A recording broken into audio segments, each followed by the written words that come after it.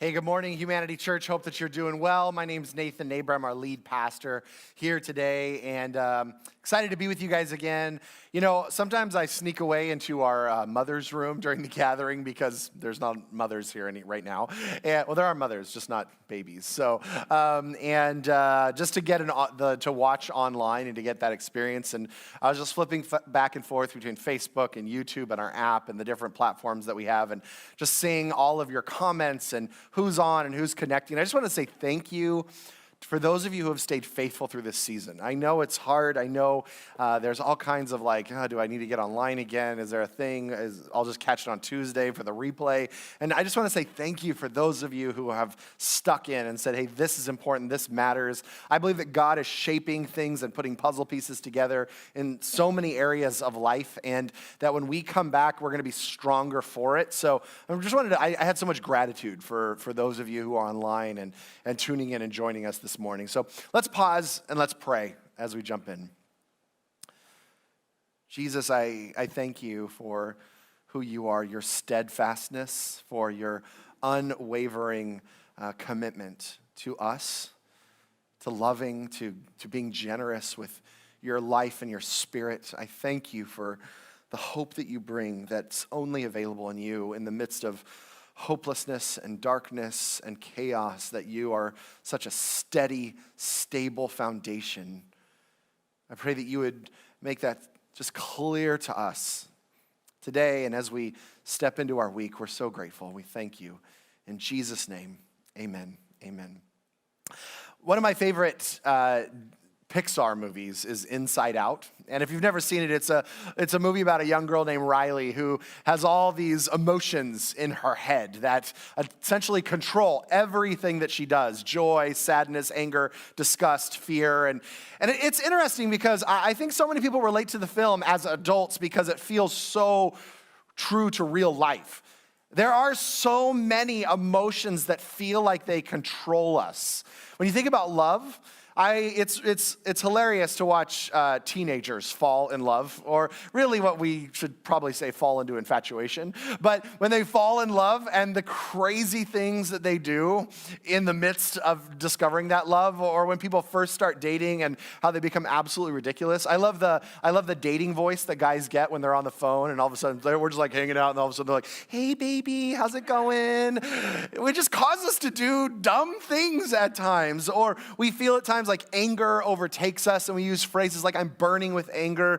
And there are moments where sorrow comes, and we describe like it comes like waves over us, and it overtakes us. But there's an emotion I feel that lives at a constant in some level within us, and then when it ramps its head up to an awareness level, it seems like it takes us over, and that sensation is fear. Fear is such a common experience that all of us have as human beings at various levels in life. And it feels at times like it's just a permanent presence. That we may not always feel afraid or live in that space, but I think if we all paused, we could say, hey, think of something you're afraid of, and there would be this underlying sensation. It's like a shadow that follows you. And you can shake others off. You can find yourself falling, quote unquote, in and out of love. You can find yourself releasing anger. You can even find yourself moving out of sorrow. But there's something about fear that just feels like a constant at times under the surface. And if we want to, we can tap into it like that. Allow it to rise to the surface and allow it to be the dominant voice that moves us and guides us. I mean, if you're watching online, just in the comment section, I'd love to just hear from some of you, what are some of the things that you're afraid of? Like just maybe some of the phobias, some of the things that you're like, yeah, this is what I live in fear of. I have grown up a fearful person, and I've grown in this area leaps and bounds. But as a kid, I was the kid that was constantly afraid. In fact, I would not only have to sleep with the lights on until I was about 20 years old, but I would not only just sleep with the lights on, but I would sleep in the hallway so that I could see my parents' bedroom, just in case something got into my room and I couldn't get out. You know, like a velociraptor or something like that. And so I even slept in fear as a kid. I remember the first time I ever went on the Haunted Mansion at Disneyland. I got through the entrance, the elevator part, if you know what I'm talking about. And then when it time to get actually on the ride, I was so afraid that I was shaking and screaming. I blocked this out from my memory. My parents remind me constantly of this. But they literally had to stop the ride, turn all the lights on, and get me out through a special exit, ruining the whole experience for all the other guests because I was dead set on not stepping into that. My childhood was watching my dad and my sister go on roller coasters while I sat back saying, they're absolutely crazy for even thinking about stepping in on that. I didn't go on my first roller coaster until I was a junior in high school. And I think it was like the Gold Mine train at Six Flags or something like that. I was just so afraid constantly. And fear, rises up still to this day. This building that we have in is beautiful. And let me just tell you, at night, it's probably the creepiest place I could ever imagine being in. I just keep thinking someone could make money filming like a horror story here. And last Thursday night, I was here all by myself, up in the booth, working on some things on our computer that had crashed the weekend before. And it was amazing how when you're in a creepy old environment all by yourself, how every noise suddenly becomes significant. Like there would be a creak, and I'd be like, who's here, right? Or there would be like some weird noise outside, and I'm like, someone's trying to get in, right? And I remember even as I was leaving on Tuesday night, like I got done with the computer, and I'm thinking to myself, okay, I have to make it all the way down the stairs and all the way down the hallway and out the door and turn off the lights while I'm in this building. So I'm like, I pull out my phone, I turn music on really loud. I'm literally, as I'm walking down the stairs, I'm like, I'm in the building, I'm here, and I'm a big dude, right? Because I was horrified. I'm like, something is going to get me, right? There is a possibility for something horrible to happen. And of course, there are things that we have phobias of, like the dark or snakes or zombies or the apocalypse or roller coasters. But there are seasons of life where fear just overtakes us, when it becomes intimately connected to our lives. And I don't know if I've ever been in a season of my life where people constantly are sharing the fears that they are living in.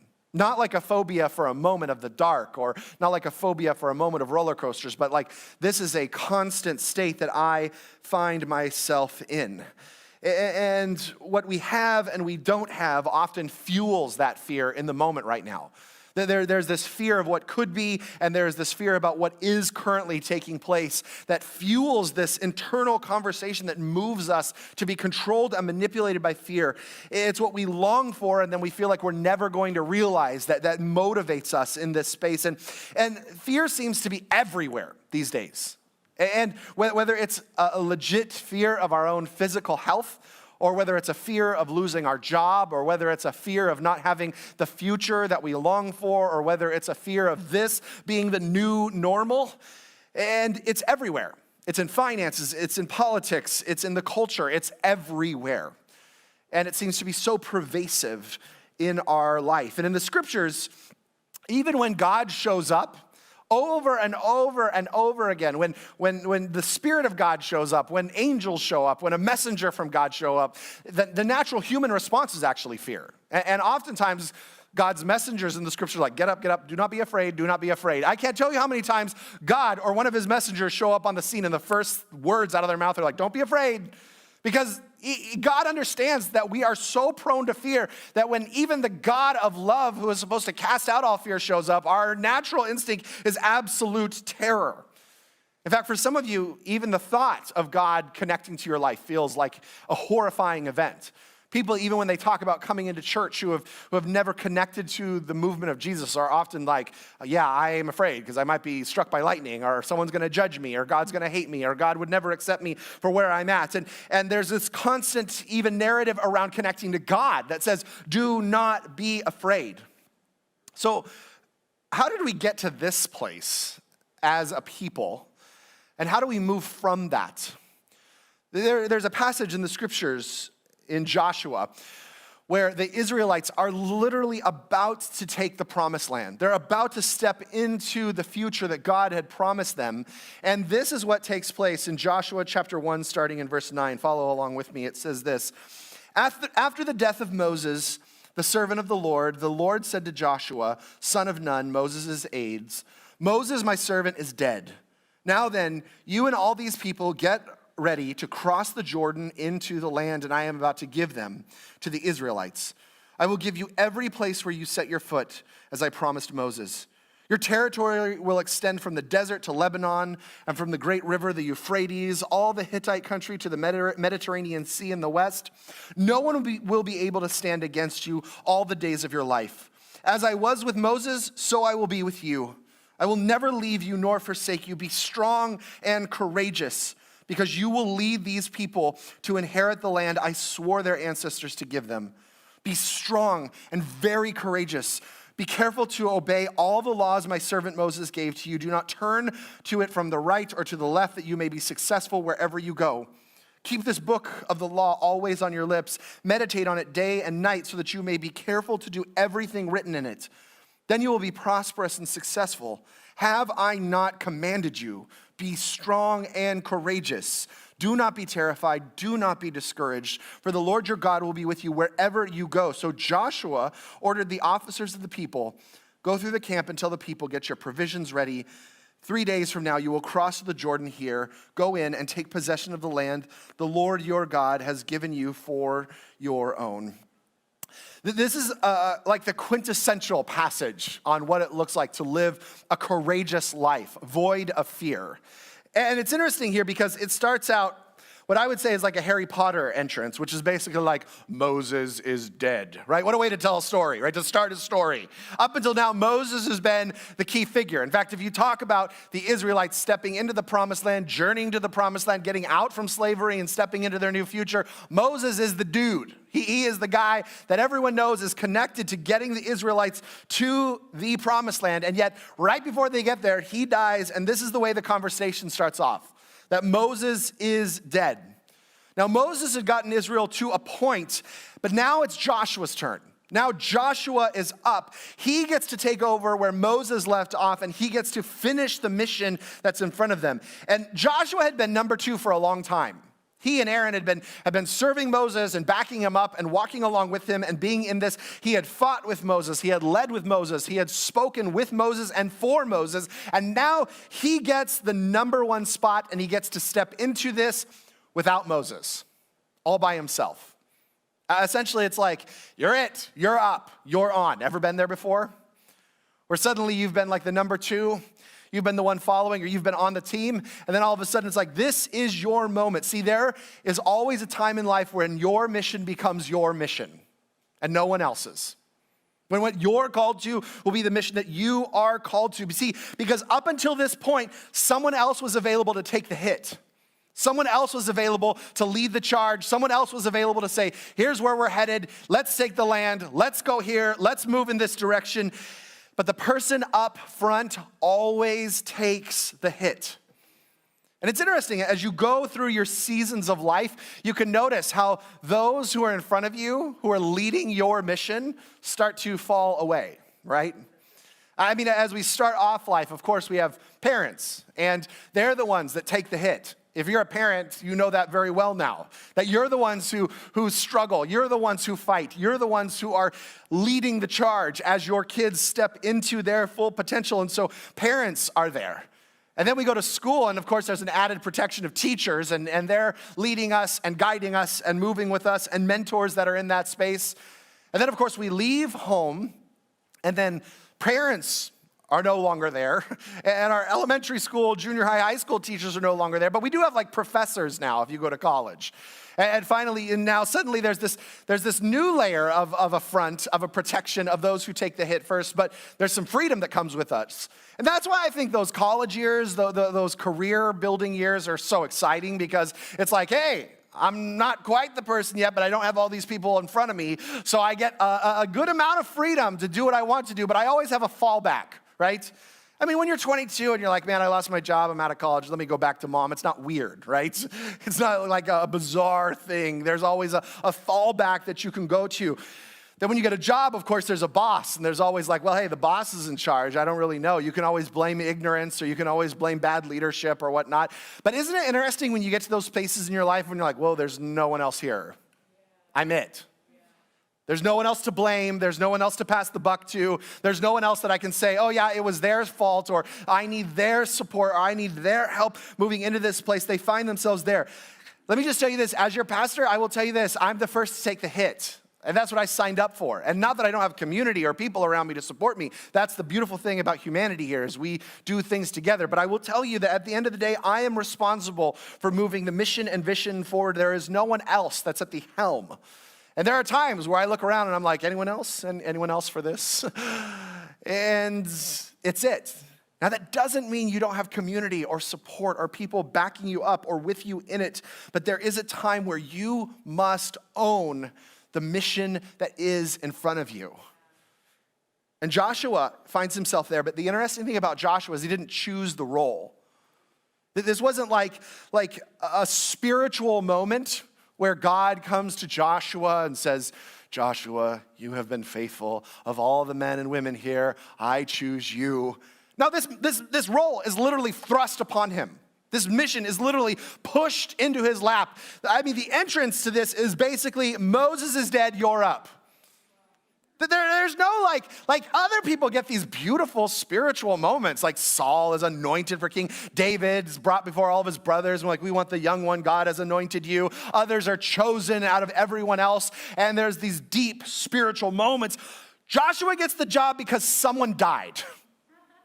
And that is his qualification for stepping into this moment. See, I guarantee you that in your life, you will have moments that are thrust upon you, that you will feel unprepared for, that you will feel like, I am not ready for this. This is not my moment. I need someone else. Someone else can be the Moses for just a little bit while I prepare myself to get into this role. But guess what? You will never, ever, ever be prepared for the moments where you're up.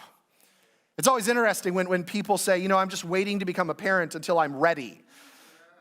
That is just a role, let me just tell you, that gets thrust upon you. And no matter how much you plan, no matter how much you read, those moments are thrust upon you. And guess what? You get to decide what you do in those moments. When the leadership is handed over to you, when your mission is handed over to you, when your life is being handed over to you. See, so many times we rely, we have this dependency on others, like mom, dad, husband, kids, boss, church. And there's a difference between a connectedness, a community, an interdependency, and a dependency on others. Like using others as an excuse, or using others as a backup, or using others as a door out for the mission that they have in front of you. They have been whom you have been following up until now, but there comes a time when your moment is here and you get to choose to stand or back down. That you get to choose. This is how I am leading my finances. This is how I am going to choose to be in my marriage. This is how I'm going to choose to engage my spiritual journey. This is how I'm going to choose to be as a parent. This is how I'm going to choose to be in my career. And you're up and Moses isn't here anymore. There's no one else that you can blame or give credit for the breakdown or the beauty that takes place in life. See, it's amazing that some of you have actually grown up and moved out of your house, but you haven't moved into your life yet. You actually haven't moved fully into the life and taken responsibility for everything that is in front of you to own the purpose and the mission that God has placed before you. You're still looking for someone else to do what you're unwilling to do. I can tell you how many people come to the church throughout the years to me, and they're like, hey, this thing's really important. I'm like, yeah, it sounds really important. Sounds like a great thing. And they're always like, great, when are you going to do it? And I'm like, hey, it sounds like an awesome thing. I have the same question for you. Why don't you get in it and then come back to us and let us know how we can support you? I can't tell you how many times along the journey that's been something where things get dropped or put to the side because people actually at the end of the day weren't that excited about it. They were excited about someone else doing it, not them owning the mission that God had placed inside of them. See, some of us are still looking for someone else to do what we're unwilling to do, that God is calling us into. But I love that when Joshua is handed this role and he accepts it and he says, I'm in. There's no one else. Moses is dead. I'm in this role. I love that God gives him this promise and he says that every place you put your foot, I will give you. He says, everywhere you go, I will hand it over to you. See, that seems awesome. I don't know about you, but when I read through the scriptures, I'm like, sign me up for that part. Sign me up for the part where God's like, you put your foot here, it's yours. You put your foot there, it's yours. You want that over there? Go put your foot there, right? And he's just like, anything you put your foot to, I will hand over you. We love that part, but it's the first part that we oftentimes bristle against, that we're not up for. See, this is why being in connection, in conversation, in communion with God is absolutely critical if you are going to step into the fullness, the fearless life that you were called to live. Because Jesus, following Jesus, is not like attending a Tony Robbins seminar. I promise you. I know sometimes people describe church like that. Oftentimes people who have never been in church are kind of like, they come through a gathering and they're like, you're like a motivational speaker. And I'm like, glad you feel motivated. Definitely not that though. Because here's the thing. Jesus' primary message to you is not, hey, go live your dreams. That's actually not his primary message to you. There is absolutely an aspect of this that says, live your dreams. But see, here's the thing. Some of you are actually pursuing your dreams, and you're asking Jesus to simply being a wingman to the dreams that you have. You're like, hey, Jesus, here's my plans. Here's my grandiose future that I have designed for myself. Now, what I need for you is all the power. So this is where I want to go. So I'm going to put my foot here, remember, right here. Could you hand me this? I want the job. Remember, I want this job. And I want this much money, and I want my kids to do this. Or I want my kids to not do this. I'm putting my foot down, Jesus. You're said you would give me everything. And we oftentimes think of Jesus like a State Farm insurance. You know, we're just like a good neighbor. Jesus is there. And he shows up, and he fixes all the things. And oftentimes these passages are taken completely out of context, saying, wherever you put your foot, Jesus will give it to you. See, but what God actually calls us into is a deep, passionate pursuit of him. See, this is all in the context of God's people following God into the promised land that he had already declared was available for them. They were in the passionate pursuit of who God was. And that's what Joshua was in. He was just like, look, I'm up for whatever. If I need to wander through the desert for 40 years to get to where I'm going, this is what we're up to. But I will not fall away from where you are going. And here's the thing. As you follow God, as you allow Jesus' voice to shape who you are and the things you care about and the things you long for, from that will emerge a new vision and a new passion that comes from his heart. That there will be a new future that he calls you into as you pursue him that seems so much more beautiful and exciting and powerful than what you were following before. And here's the thing. I oftentimes think to myself, and I hear this in other people's conversations, like, well, why should I give up my dreams to follow his? This seems like an unfair exchange. See, here's the thing. Oftentimes we have this idea that like when we connect to Jesus, he connects to us and starts informing us of the life he calls for us. But really what we imagine that being is him cramping our style. Like we're like, hey, I got this future thing and I'm willing to follow you, and you want me to do what?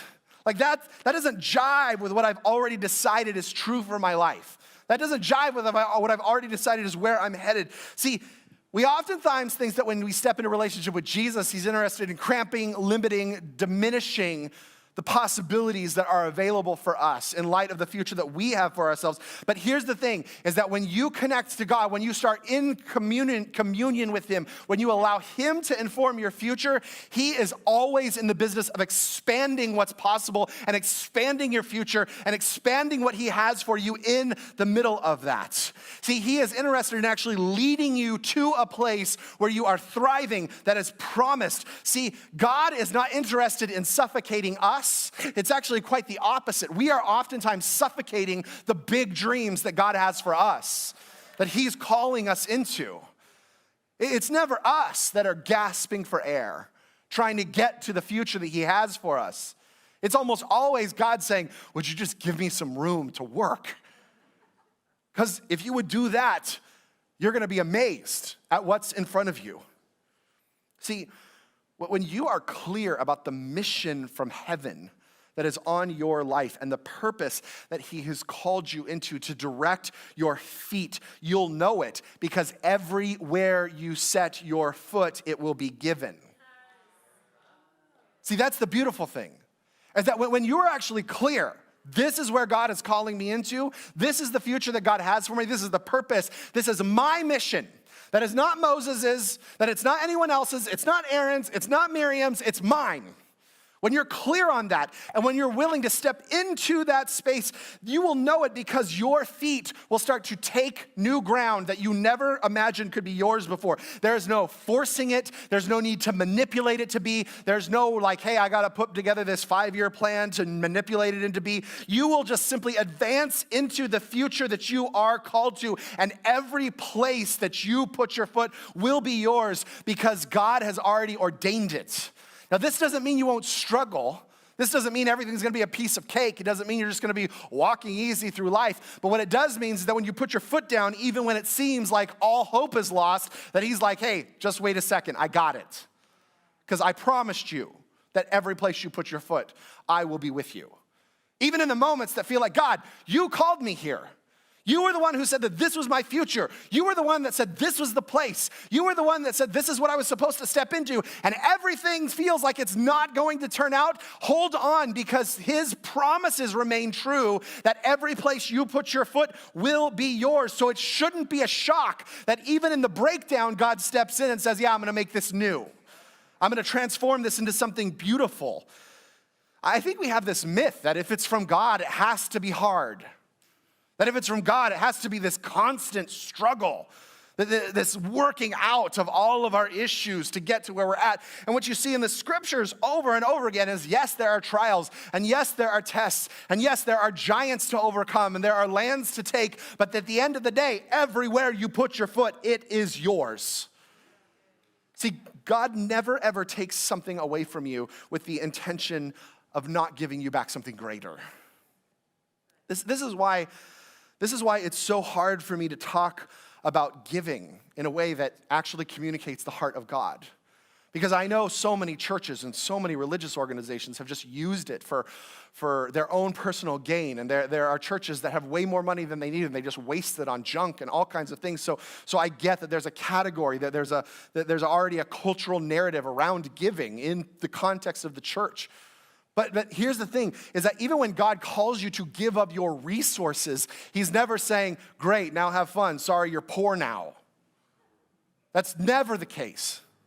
It is almost always the case that he says, what, now that you have sown into the kingdom with your resources, now that you have sown into the kingdom with your time, now that you have sown into the kingdom with your energy, with your family, with your life, your heart, soul, mind, and strength, now there's space to give back because I know that you're in. I know that you're willing to sacrifice to have this mission turn out. And God says one thing to Joshua over and over and over and over in this passage. Now Joshua had seen miracle after miracle after miracle after miracle after miracle. In fact, the entire Exodus is basically one giant miracle. I mean, talk about like walking through the wilderness and having food rain down on you every day, right? Moses like tapping on rocks and water coming out of it. Them being rescued over and over, being led at night by a pillar of fire, and being led a day by this giant cloud, having God's presence show up with Moses over and over and over again. You'd think by now, you'd be like, oh yeah, God's got this. Wouldn't it be nice if those moments where our faith in God is so strong, wouldn't it be nice if those moments actually lasted? Or if the reality and the understanding that God is actually faithful lasted? Isn't it amazing how quickly we get over that? Isn't it amazing how one moment we're like, God's so amazing, he's faithful, he's done everything. I put my foot down, he gave me that. I put my foot down, he gave me that. And the next moment we're like, God, the next step, you're not here, where are you? You've never been there for me.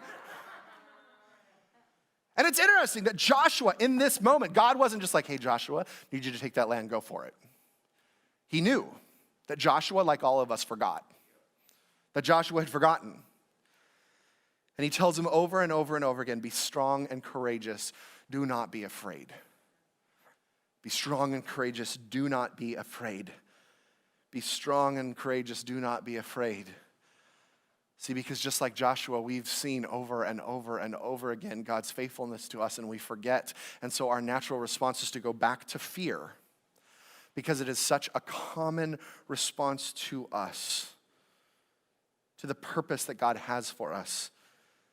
And here's the thing, is that that when God steps in and reveals his mission for us, when God steps in and says, hey, here's the future that I have for you, our knee-jerk response is often paralyzing fear. It's almost always paralyzing fear. And see, I think that's why God had to tell Joshua at least 3 times in 9 verses, be strong and courageous. Every single time that God has shown up in my life and said, here's the next season. Because God, unfortunately, or maybe fortunately, doesn't just reveal the whole path. Oftentimes he's like, here's the first step, do this. Here's the second step, step into this place. And every single time God has unlocked the next level, if you will, it is always an immediate sense of paralyzing fear. Because when I look at it and when we look at the future that God has for us, it is always impossible for us to accomplish it by ourselves. And to be honest, it's almost always impossible to simply accomplish it with more people. We think that if we just had more people, if we just had more money, if we just had a different boss, if my kids could get their act together, then I could totally accomplish what God was doing. But the fact of the matter is, if everything was working perfectly, there would still be paralyzing fear. Because God never calls us into a small future. He always calls us into a future that's much bigger than what we could ever even ask or imagine. And so the response will almost always be fear. But I love that in Joshua 1:9, he stops God in this monologue to him. And he says, Joshua, have I not commanded you to be strong and courageous? God actually commands Joshua to be courageous in the face of fear. See, I don't know about you, but when I think about courage, I think of it a lot like I think about fear, and that it's a feeling. That it's suddenly a feeling that comes on me, or that it's something that comes along with circumstances that I find myself in. So there are moments where, yes, I feel courageous. You could probably look back on your life and go, man, there are moments where I felt so courageous and I did that crazy thing and I have no idea how I did that, but I did that because I felt courageous in the moment. Or suddenly the circumstances align. Suddenly, like, you have some finances in your bank account, so you're willing to take some risks. Or suddenly, like, the relationships aren't falling apart, so you're willing to have some deep conversations. Suddenly, things are falling into place, so you're willing to step out and risk in those moments. So oftentimes, it's either the result of a feeling or the result of a circumstance that happens around us. And we oftentimes think, well, now I have money, so I can be courageous. Well, now I have resources, so I can be courageous. Now I have kids that are doing what they're supposed to do, so I'm going to be courageous. Now I have a marriage that feels like it's working, so I can be courageous. Now I have a church that's supposed to be doing what they're doing, so now I can be courageous. But here, God actually says, no. Courage has nothing to do with your feelings. It actually has nothing to do with your circumstances. You're just commanded to be courageous. Because I don't know about you, but when you're afraid, does it feel like a choice? It doesn't to me. It never, ever feels like a choice. In fact, it feels like the exact opposite. It feels like it has overtaken me and I do not have a choice to get out of it. It's just there. It lives in me and all over me. See, if I had a choice, I wouldn't choose fear. Likewise, if I had a choice, I would choose courage. And yet God here is saying, no. You're commanded. You're commanded to be courageous. And he says, do not be afraid.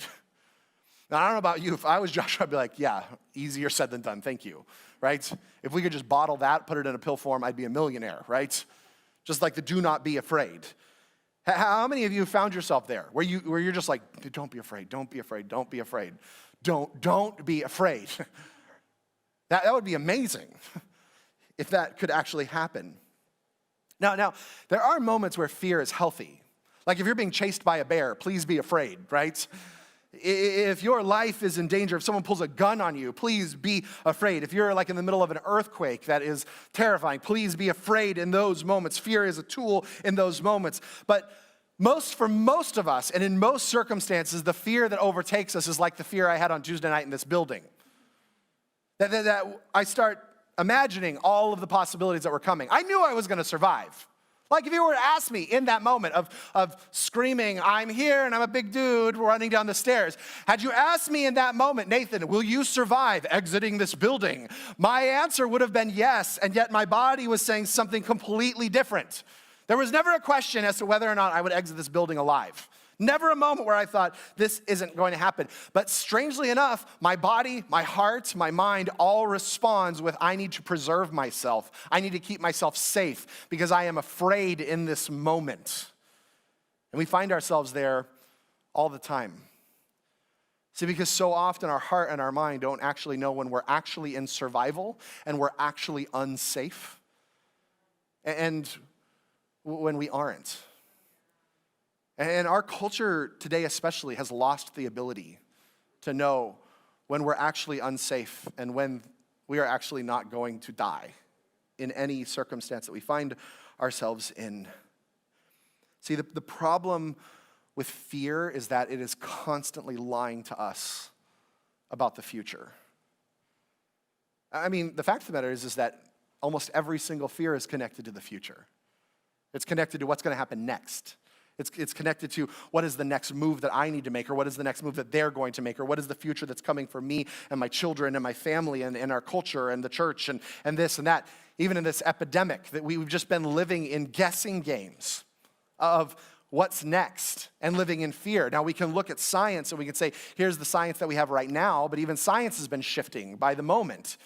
And even with that, there's like, well, I guess this is what's next. I guess this is what's required. And so there's a time traveling into the future, and then fear then whispers into your ear, here's the worst case scenario that's going to happen.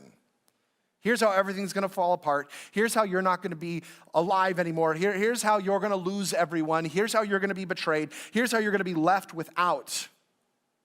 And so we step into a future, and then it starts to lie to us and informs us that whatever situation you are in is dangerous, whether it's true or not, whether it's actual reality or not. And we allow that lie to then, about the future, to then determine what we see possible in terms of freedom here.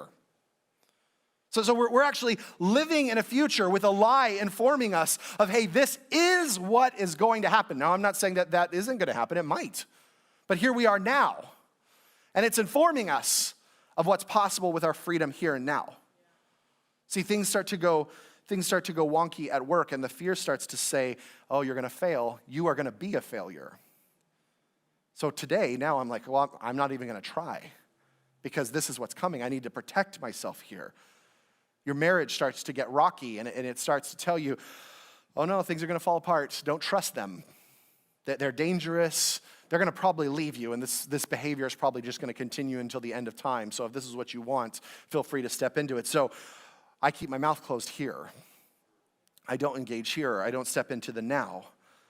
My finances start to unravel, and so I see my future saying, well, this is what's happening. You're going to lose your house. Your kids are going to be without food. You're going to be left with nothing. And so I start to preserve everything that I have, now unwilling to actually step into a space of help.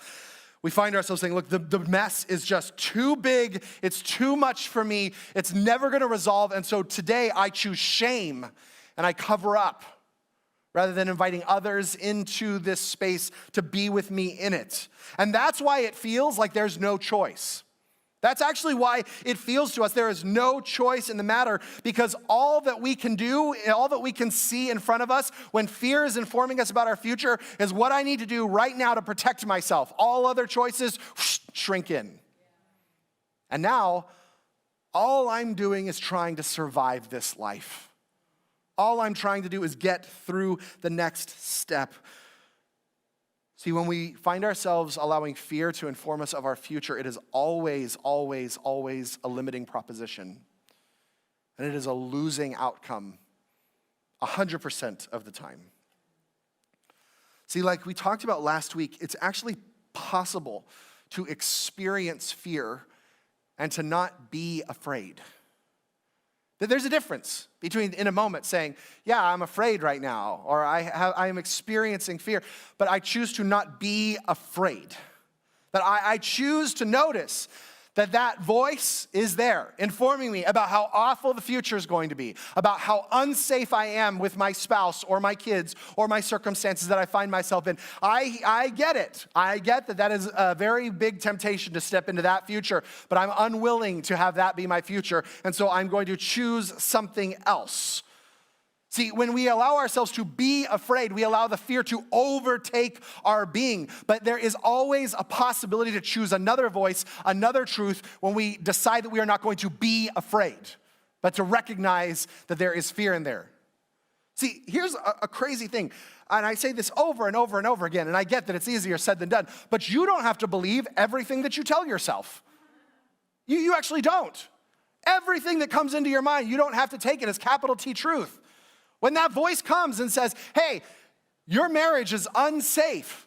Hey, your finances are unsafe. Hey, your future is going to turn out horrible. It's okay to say, that's a nice thought. Not going to believe that right now. I'm up for another future. And so I need to look at the choices that are actually available here and here and now. And that's where God has room to then step in and say, thank you. I'll take it from here.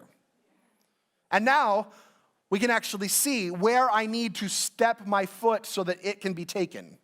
What choices do I have in front of me to step into that God says, this is the future that I have for you. This is the land that I have promised for you and for your ancestors.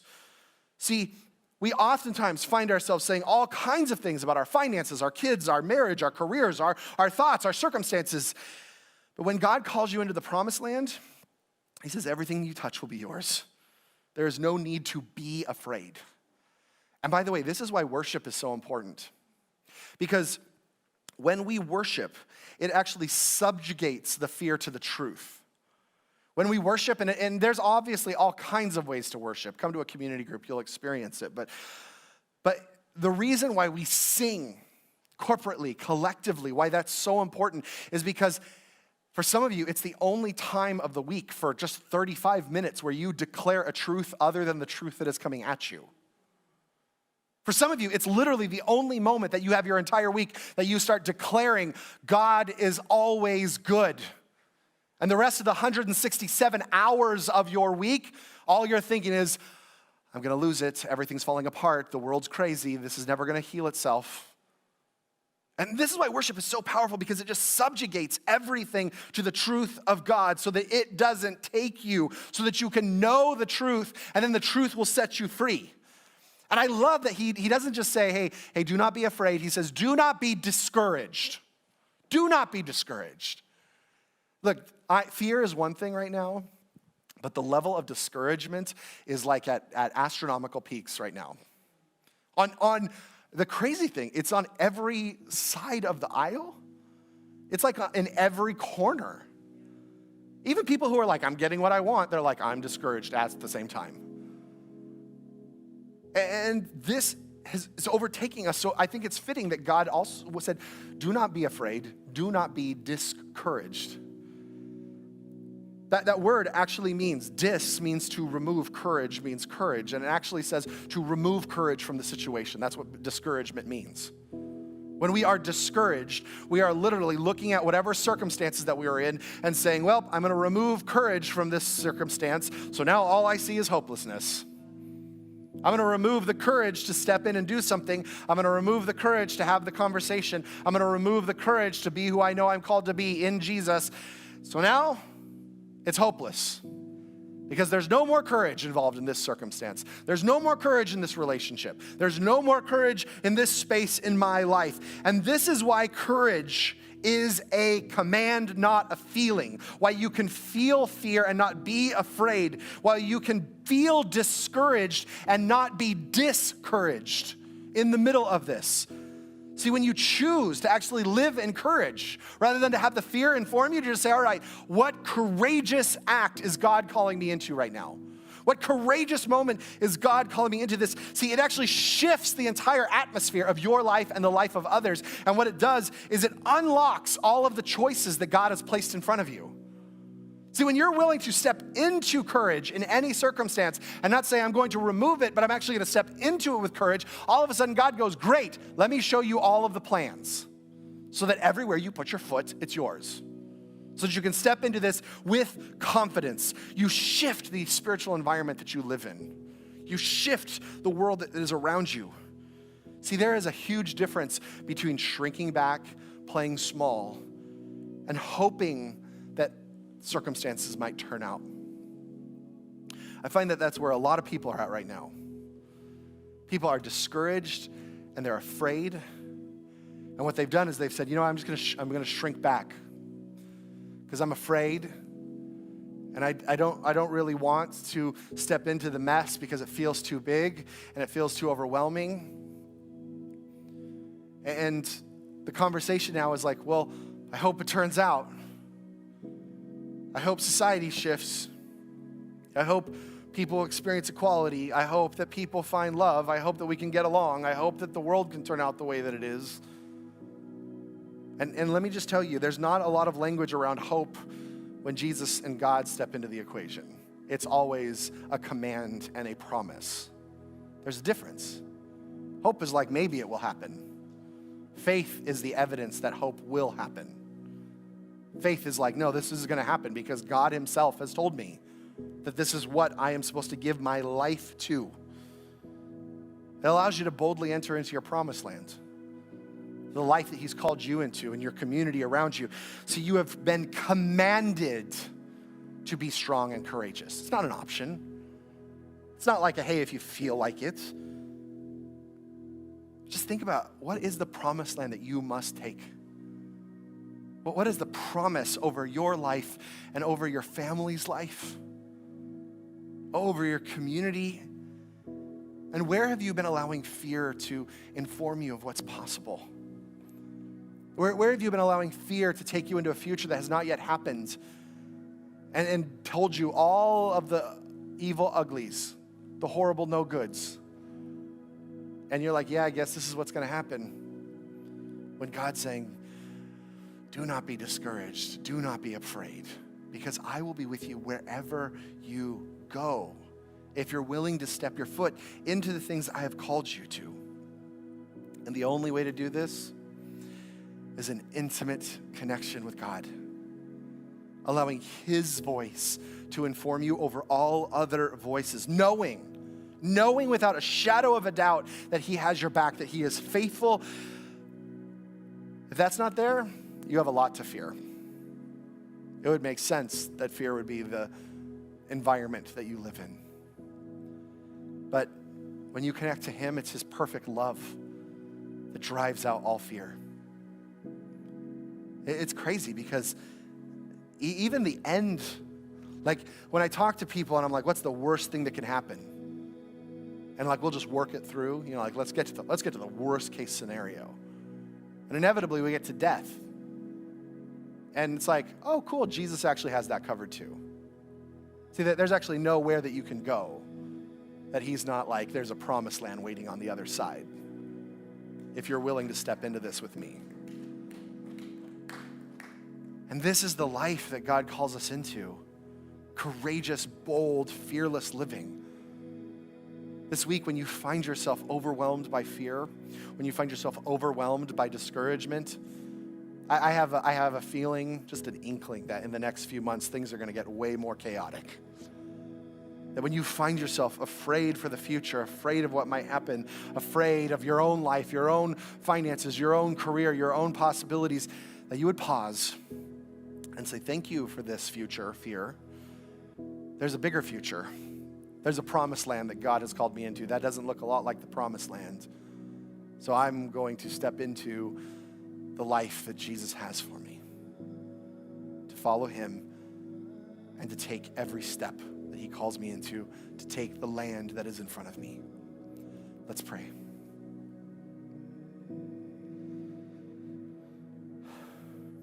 Jesus, right now, I just confess my own fear. God, not just in buildings that make weird noises, but just living in a fog of where are you in the mess that our nation is in, that the world is in, that the church is in. I just confess my own level of discouragement in the middle of all of that. God, forgive me where I have been unwilling to step boldly into the courage and the future that you have. And I pray for every single person at home, God, that is living in a state of fear or discouragement or an unwillingness to step into the future that you've called for them. God, would you rise up within them now? May their eyes be open to the lies that fear has been speaking into them, and would your voice ring stronger? I just pray, God, even this week, that we would have just a burning voice inside of us that says, do not be discouraged, do not be afraid, because I will be with you wherever you go. But God, give us the courage to go, to speak, to move. Jesus, I thank you. And for those of you who are at home and maybe you're like, man, I don't know this Jesus, I'm not connected to him, or maybe you're just recognizing that there is another Lord over your life, and it's fear. Today, the same invitation that Jesus had for so many people is for you, and that is to just follow him, to lay down all the other voices and allow his voice to inform yours. And it's just an opportunity to connect to him as your Lord, as the one who oversees your life, who speaks louder than any other voice. I want you just to pray this prayer with me. It's nothing big. And right now, even if you're watching on our YouTube channel or our Facebook, just type in right now, I'm choosing Jesus. Or if you're on our app, you can just click that button right now that says, I'm raising my hand to choose Jesus. Just pray this prayer with me. Dear Jesus, I give you my life. I know that I am broken. And I know that you came and you died for me and came back to life so that I could live. And I confess that you are Lord. Your voice is louder than any other voice. And I choose to live in freedom today. In Jesus' name, amen.